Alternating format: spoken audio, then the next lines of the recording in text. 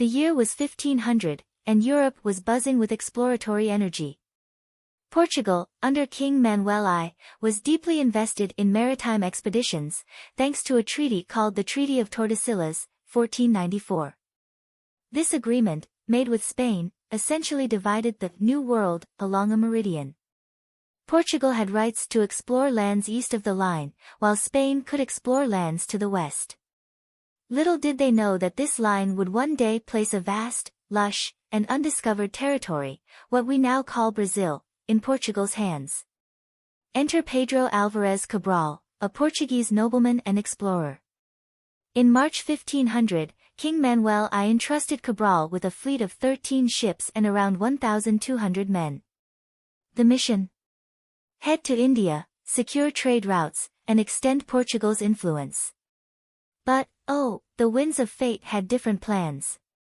Cabral's fleet set sail on March 9, 1500, from Lisbon. As was customary in navigating the high seas, they followed a route known as the Volta do Mar, return of the sea. This technique involved sailing southwest into the Atlantic to catch favorable winds before turning east toward India. But as Cabral's fleet veered further west than usual, something unexpected loomed on the horizon. On April 22, 1500, Cabral and his men spotted land, an unknown coastline covered in dense forests. This wasn't India, it was a landmass far to the west. They named the land Ilha de Vera Cruz, Island of the True Cross, though they later realized it wasn't an island. Cabral claimed the territory for Portugal, in accordance with the Treaty of Tordesillas. The location? Somewhere near what we now call Porto Seguro, in the state of Bahia. Cabral and his crew were met by the indigenous Tupiniquim people, who lived off the land and sea. The Portuguese saw an opportunity for trade and exchanged goods like mirrors, bells, and trinkets for local items. Initial interactions were peaceful, though history later showed how these early encounters would evolve into centuries of colonization and exploitation. Cabral sent a ship back to Portugal to report the discovery, while the rest of his fleet continued to India. News of the land excited the Portuguese court, not just for the natural riches it promised, but because it strengthened Portugal's claim under the Treaty of Tordesillas. By 1501, more expeditions followed, and the land's name shifted to Terra de Santa Cruz, Land of the Holy Cross. Later, due to the abundant pau-Brazil, a redwood tree highly valued in Europe, the name, Brazil, took hold. Over time, Portugal solidified its presence in Brazil, establishing colonies and engaging in trade. The once lush and unspoiled land became central to the Portuguese Empire, thanks to sugarcane, gold, and, sadly, the exploitation of both indigenous people and African slaves. What began as a chance discovery evolved into one of the most influential territories in the colonial era. Today, Brazil's discovery is a cornerstone of Portuguese and Brazilian history.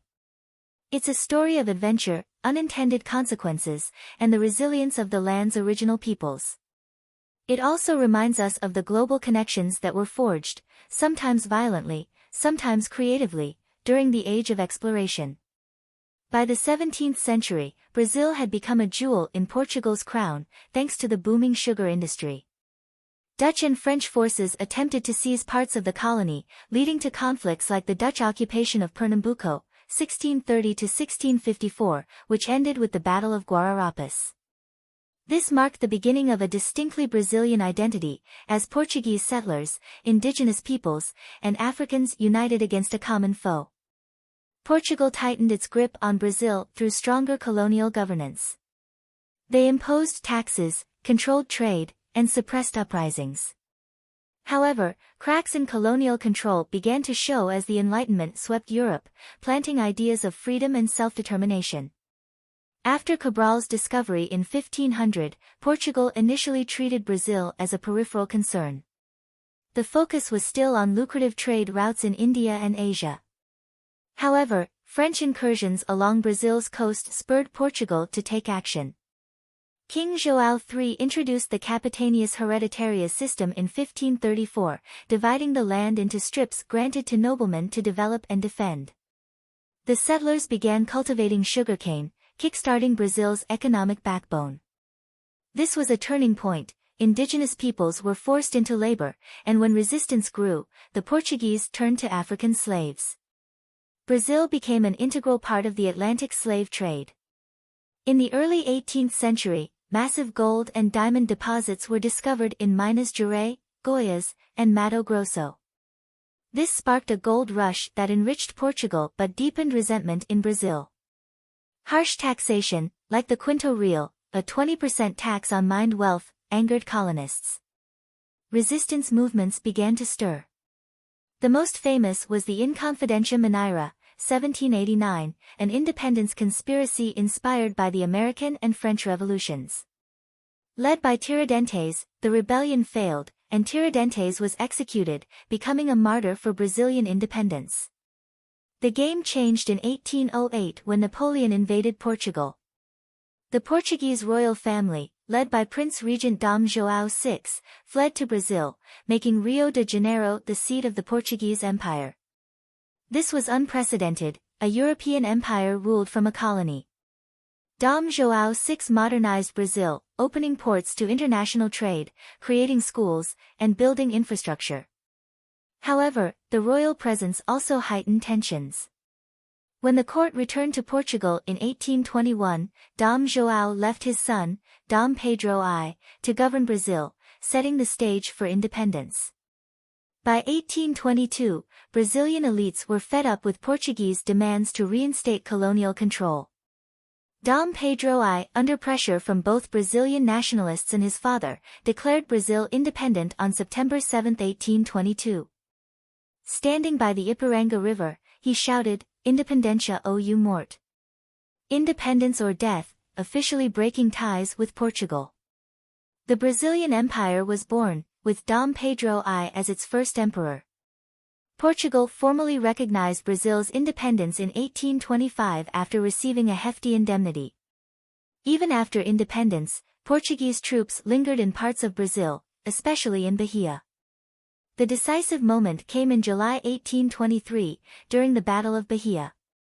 Brazilian forces, bolstered by Afro-Brazilian militias, fought to expel the remaining Portuguese loyalists. Victory cemented Brazil's sovereignty, and Bahia's Liberation Day, July 2, is still celebrated as a turning point in the nation's history. Brazil didn't stop evolving after independence.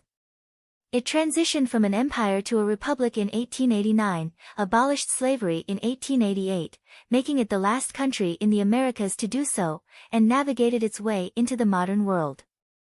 This saga, from discovery to independence, is one of resilience and transformation, where Brazil's diverse peoples played pivotal roles in shaping a unique national identity.